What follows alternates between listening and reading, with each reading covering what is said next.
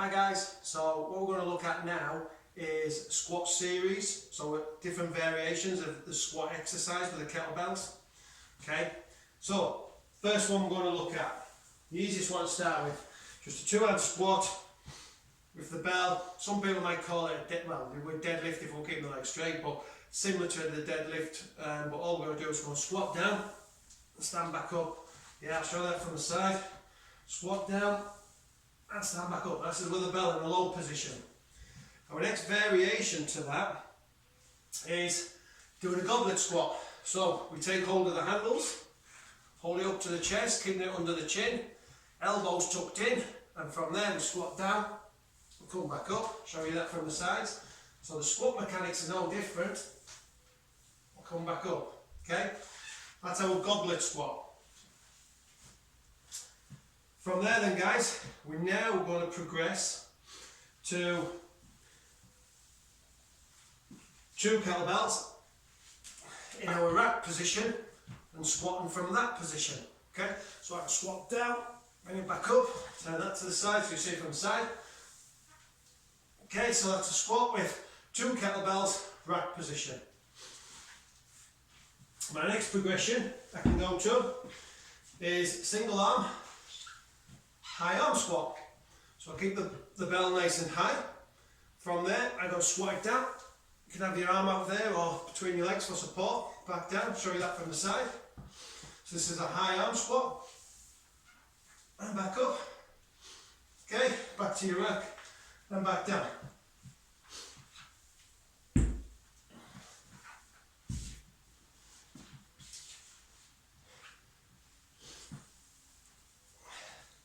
So the next one I'm going to show you is a double kettlebell high arm squat.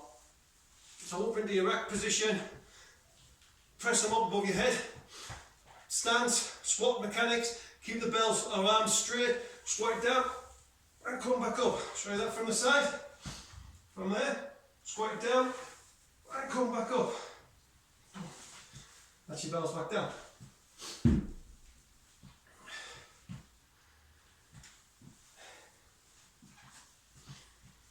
And the last exercise I'm going to show you on the squat series is a kettlebell jump squat.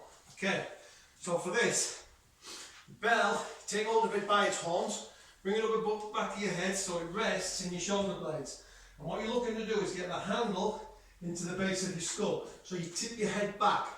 Whilst you're holding the bell, the handles of the bell, pull it in to your body whilst you're tipping your head back. This is going to prevent the bell from bouncing off your back and slapping you in the back. Okay, so keep it in that position, and from there all you're going to do, I'll show you from the front, all you're going to do is squat down, explode up. Yeah, I'll show you from the side. So from there, drive it in, squat down, explode up. Okay, and that is your kettlebell squat series.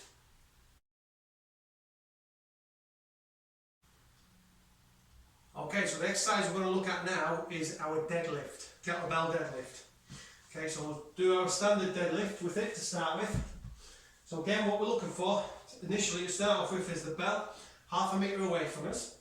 And all I'm going to do from there, as though I'm sitting back on my chair, squat it down, keeping the back nice and straight till I can touch the bell into that. Take hold of both hands.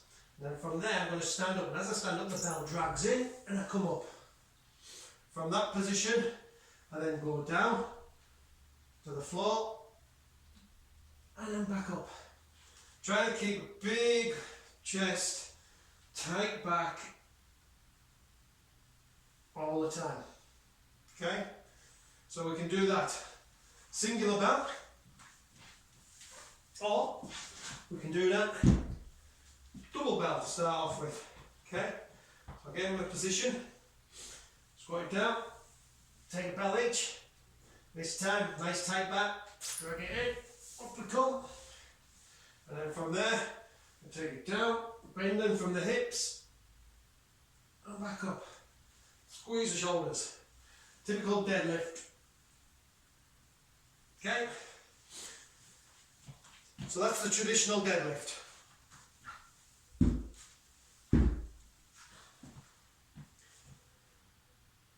This is what they call a T deadlift. Okay, so from this, what we're going to do to start off with, we're going to take the bell, stand up with the bell, with it at your thigh. So we're going to stand on our right leg with the bell in our right arm. And all from there, all we're going to try and do is we're going to take the leg back, let the bell swing forward. As the bell swings down to the floor, we're trying to get our body in alignment. What I'm trying to do is not let this left hip come up in the air. So I turn the right foot in, and then I come back up, take it back down, and I come back up. You can do it opposite side. So we've got a shift in the weight distribution. So same again, no different. Do exactly the same exercise, but this time the load's on the opposite side to me. It's counterbalancing the leg that's going out. Yeah, standing leg needs to be soft. It does challenge it in a lot of ways. Alright? And then the next option from that is two bells. So I do exactly the same exercise, but now I have two bells in my hands. And bring it back up. Yep. Try and keep those hips as level as you can, bending in the middle so you end up like a T. Bring it back. Okay. And they're our Deadlift Series.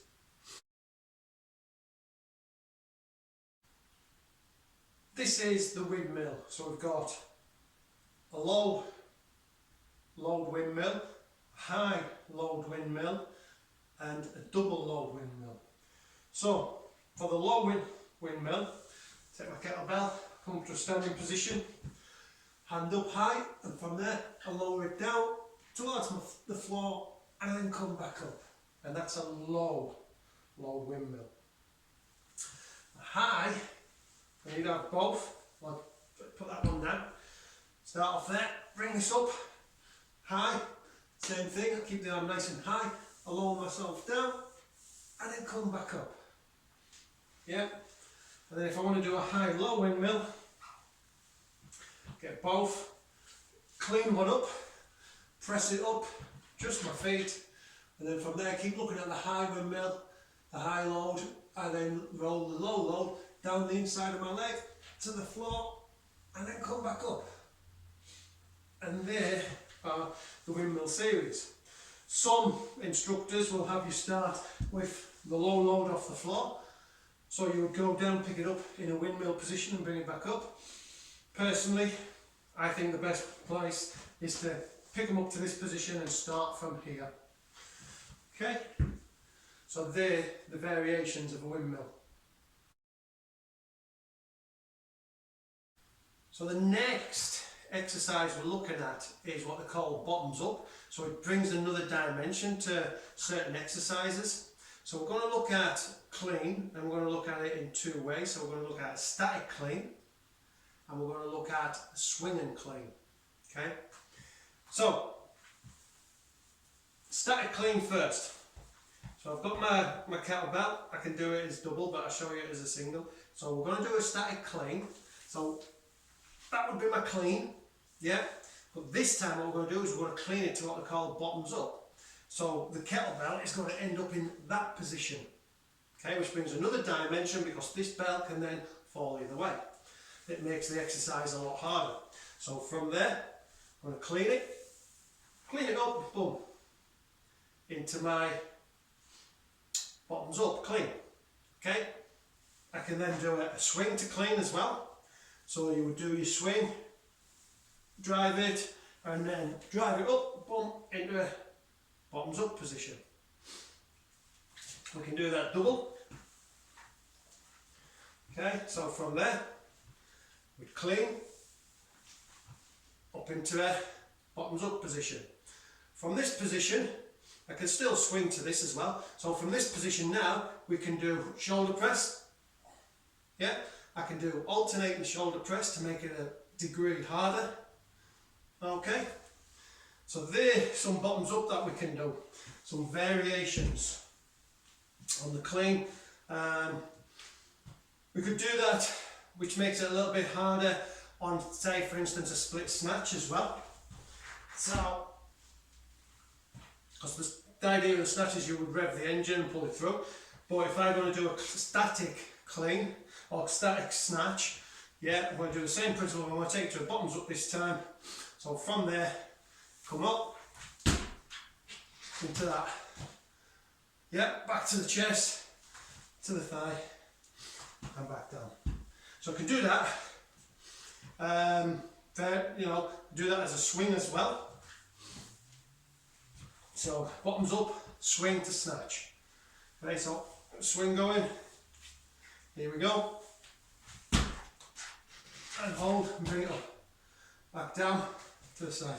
Or back into a swing if that's what you're going to do. Okay. So there are some extra variations of what we can bring in to make the exercises a little bit harder. So this exercise we're going to look at is a frontal swing. And they call it a frontal swing because it's coming straight across the front of the body. And then we're going to take it into a high pull, frontal high pull. But to get there, we've got to do a 90-degree jump turn split with swing between the legs to jump back to allow that to happen. So watch this way, this is how it's done. So first thing we do is get our swing going. So there's my swing now, here we go. So now I do a 90-degree jump through the legs into a frontal. There's the swing to the frontal. Yeah, into a high pull now. Take it into that high pull. Back to the jump, through the legs, back to a normal swing, and done. Okay, so I'm going to show you it from this way now. Okay, so same exercise. So get that swing going. So there's the swing, into my jump, to the front, back across the front, into a high pull. Back to my jump, through the legs, back to a normal swing, and done. And that is the frontal swing, and also frontal swing high pull. This exercise we're going to look at is what they call a Renegade Row. So previously I've shown the row with the kettlebell stood up. Now the problem with this is if they're not Olympic or competition kettlebells, I should say, if they're not competition kettlebells, because they are all uniformly sized, they're all the same size regardless of their weight. Whereas my kettlebells, they obviously are smaller if they're a smaller weight, bigger if they're a bigger weight. The problem with the ones as they get smaller is the flats on the bottom, they're not as big. So with the Renegade Row, there's potential for that to flop over.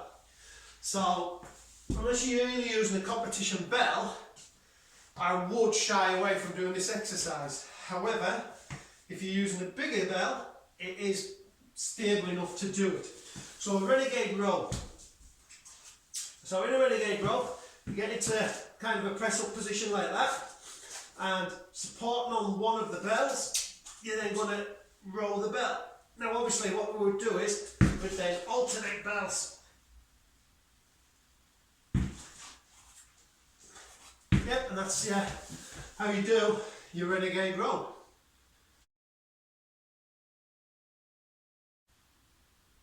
And the next exercise we're going to look at is what they call a farmer's walk. Now, farmer's walk, very simple exercise. It just really involves carrying the bells. And again, we hold them by the handle, stand up with the bells, and obviously we will just walk from A to B as an exercise. The idea being is we do a good posture, so we keep the chest elevated. Yeah, we keep head up, look forward, abs engaged as we do our walk. What we don't want is you to start slouching over with the bells, because it creates bad posture, it becomes rounded in the shoulder. The idea is by standing up tall, you're making all the back muscles work, all the forearm muscles are working to hold the bells. And that, in principle, is your farmer's walk.